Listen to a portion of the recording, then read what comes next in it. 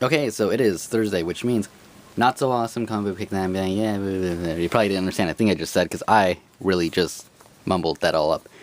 Comic shop news. Actually, nothing in here I really cared about. Apparently, Flash Gordon's getting a comic book, or maybe he already has it or something. I don't know. Hopefully, it doesn't look super bright because from what I'm looking at, everything looks super bright and weird. But yeah, hopefully, camera looks good. Trying out a different one. Because why not? Hopefully, if this works out, it'll save me time in uploading to my computer. First up, Jupiter's Legacy issue 2, which I didn't read, and issue 3, which, of course, if I didn't read 2, I didn't read 3. I read the first issue, liked it. One of my stores actually had 2 and 3, so I got them yesterday. Issue 4 comes out kind of soon, I know that. But, yeah, maybe I'll do a review on all 3 later. We will see. So first up is Marvel Knights X-Men issue 4 of 5. So they finally explain why Wolverine's acting the way he is acting in this issue. Let me lower the camera a little bit. I feel like it's kind of far away. Anyways, they explain why he's acting like a dick, basically. They actually pretty much this entire issue explains mostly everything that is going on in this entire series. It was definitely really good. I really did enjoy this issue. They show finally what happened to the mutant in the beginning that they went to rescue, who ended up dead. Spoiler alert, but that was spoiled from the first issue, so it's not really that big of a spoil. Yeah, it was just a good issue. Again, they explain why Wolverine was acting the way he was. His last issue, I was just like, this doesn't seem like him. I'm wondering if it was even really him. And yeah, they explain all that. They explain the girl right here, why... Well, I mean, they pretty much explained her last issue, but they explained her situation, the other girl's situation, whose name I forget. I always do this with names. I always forget names. But yeah, this is a not so awesome review, and this is a not so awesome review of this issue. So anyways, good issue. Still really liking it. Well, the next issue, it's really just going to wrap things up because I don't think there's anything else to explain. There's crazy people going around killing humans, not mutants, and they're humans themselves, thinking that it's the only way to save themselves is to kill the humans and hope that the mutants will spare them. They explain why that's happening, and it was a good issue. It was definitely a good issue. Thor, God of Thunder, 19 point now. This one does come with the digital collection, which makes it a bonus if you've been wanting to read Thor, because the whole God Bomb epic thing that happened, it's like, I think 3 volumes long, but it was definitely good and really worth it. So for the $3.99, it's definitely worth picking it up if you just want to read that digitally. This issue itself is definitely what a #1 would be like, because you didn't need to know anything about what happened the last few issues to really get what's going on here, except for Agent, who I forgot her name already, but I'm pretty sure he visits her or rescues her at some point a few issues back, and he seems to like her. So basically, it was mostly about her, this issue, going around. And it feels like it's trying to send a message, because it's all about environment. They go to, I believe it was the North Pole, could have been the South Pole, investigating whale things, and there's people there basically, you know, with killing whales and stuff, and they try and stop them. Thor shows up. Then the Roxanne Corporation, the new Roxanne Corporation, run by, I guess, the guy's kid. I don't know what happened there. I'm not really familiar with this universe Roxanne Corporation as opposed to the Ultimate one. But he basically brings ice from one of Jupiter's moons and is saying, look, here's fresh water for the world and blah, blah, blah. And the agent is basically saying, so how much are you going to charge for this and all this other crap? And, you know, basically calling him out on how he's going to profit on this. And then Thor comes and brings an even bigger piece of ice, which it's funny where he got it from. I'm not going to spoil that, but it's funny where he got it from. Puts it there, and it's like, you know, mine's bigger kind of thing. It was hilarious. That guy, you know, it's obviously going to be like a big part is the Roxanne Corporation, the guy in this series. Aside from that, they do get a glimpse into the future. I'm not going to spoil anything that happened there, but it was definitely really good. And yeah, my thoughts of dropping Thor back when they were doing the whole thing with the Dark Elves, gone, because it's back to being pretty darn good. Anyways, Batgirl, issue 28, The Vampires of Gotham. It was a little weird. This new guy right here, who I guess they're calling Silver, I forgot what they actually called him, his assistant or his whatever she was. Basically, he's just insane. I don't even know what else to say. He thinks there's vampires, and he sees the good guys as the bad guys, and the bad guys as the saviors. And he's pretty insane. Batgirl teams up with one of the Talons, who apparently has joined Birds of Prey. I didn't know that. The one who cannot speak. And they're looking for a missing girl that does tie into this guy. And it was definitely a good issue. Kind of wasn't expecting this issue, because it really felt like standalone. Like, if you want to jump onto Batgirl, you can do it right here.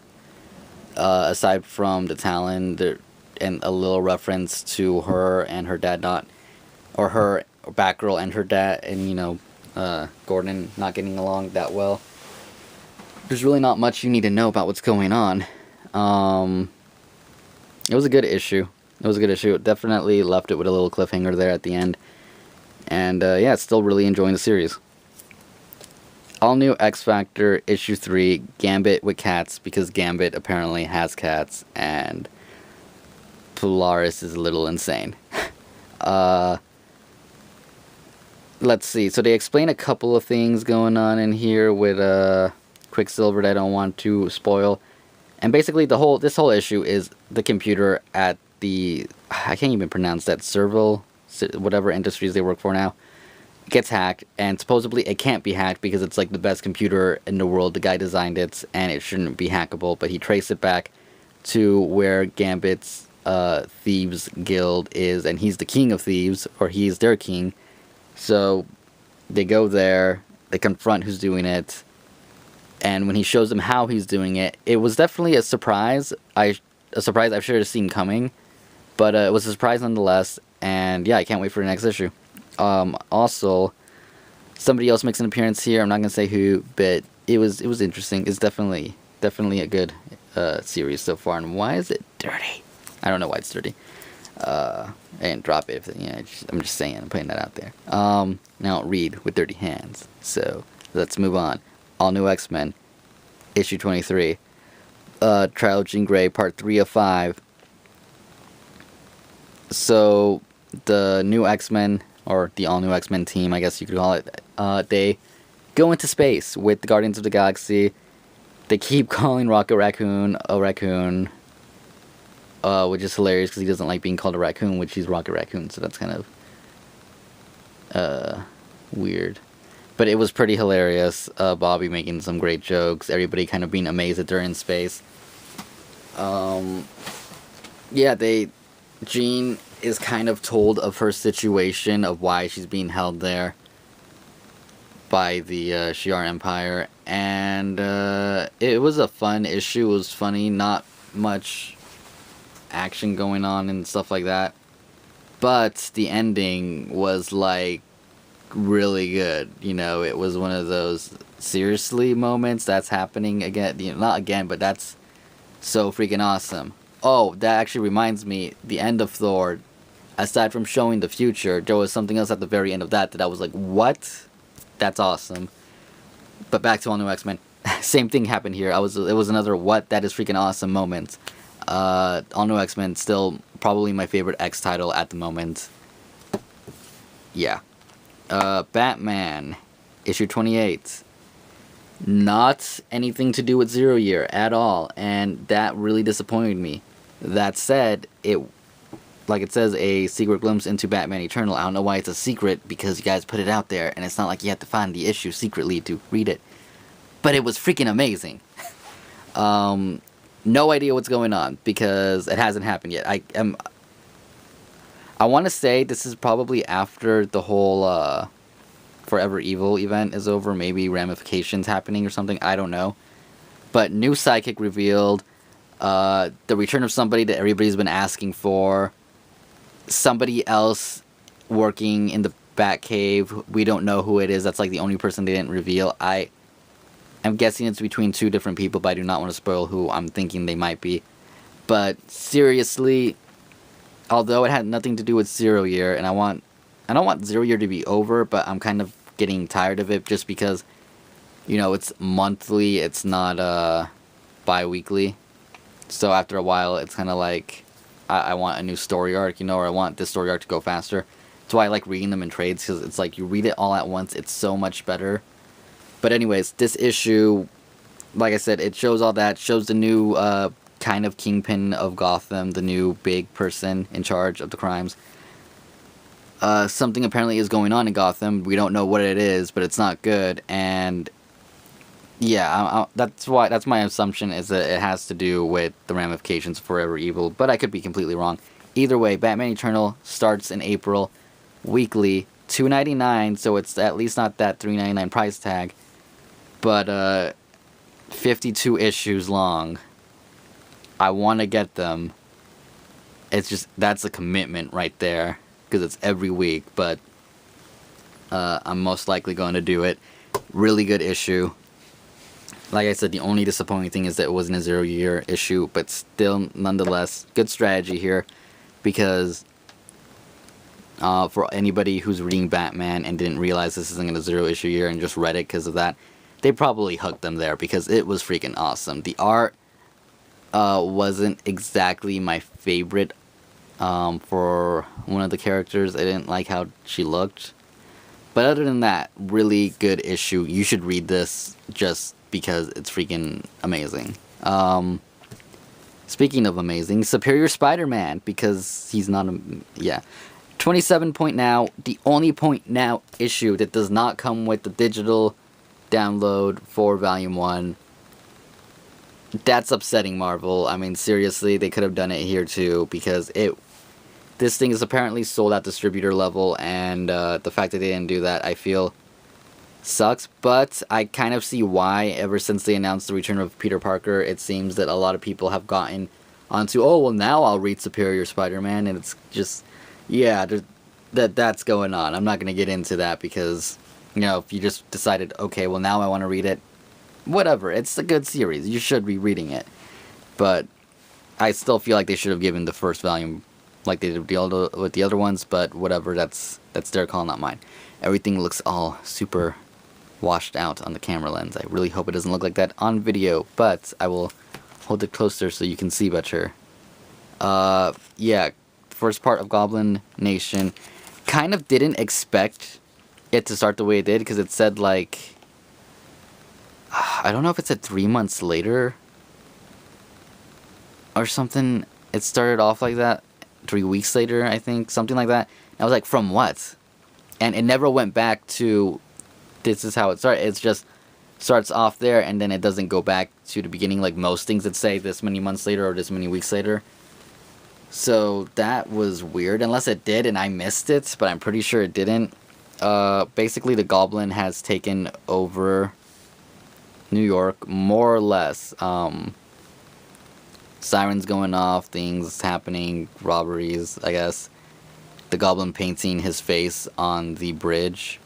Yeah, so basically it's all about Otto trying to figure out how his robots aren't detecting anything, because he, like, watching all this happening and nothing is, like, being brought to him, like, nothing is telling him this is happening right now, so he's trying to figure that out. Meanwhile, Peter Parker, Ghost Peter, is still wandering around the mindscape trying to, I guess he's memorized I think he said 12, 13 memories or something of himself. that Octavius saved. Does something a little surprising, so we'll see where that goes. He does confront Green Goblin. Otto Octavius confronts Green Goblin. Pretty good exchange there. And next issue is the assault on Spider Island. So that's going to be freaking awesome. I honestly, I can't wait for these like next few issues to come out. And yeah, I mean, I'm a little sad that Superior Spider-Man's going to be ending. I know a lot of people are like probably thinking, oh, you're crazy. I want Peter Parker. This has been great. Amazing Spider-Man, I'm sure it's going to be freaking awesome. And this last story arc is, I'm hoping, and I'm sure it's going to be amazing. So, yeah, something that everybody should be reading. To like Spider-Man at least. I mean, I guess if you really hate Spider-Man, then you shouldn't be reading it at all. But last but not least at all, Superman, Wonder Woman. I can never pronounce her name. Fiora, I believe. Her and General Zod have escaped the Phantom Zone, and we have Wonder Woman kind of like, she goes home.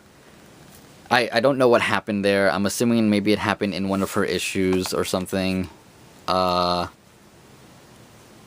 I guess there's no more Amazons or something. I don't know what happened there, but I'm definitely interested. It actually makes me want to read Wonder Woman, even though I'm not a fan of what the art looks like and all the things I've seen. But I might pick it up and give it a try.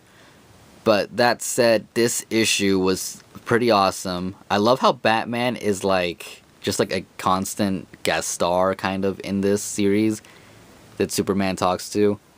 But basically Superman goes head to head with both Zod and Fiora, if that's how you pronounce it. But my favorite part is that it shows Wonder Woman kicking some serious ass, and I'm just gonna say she kicks better ass than Superman in this. It is freaking awesome.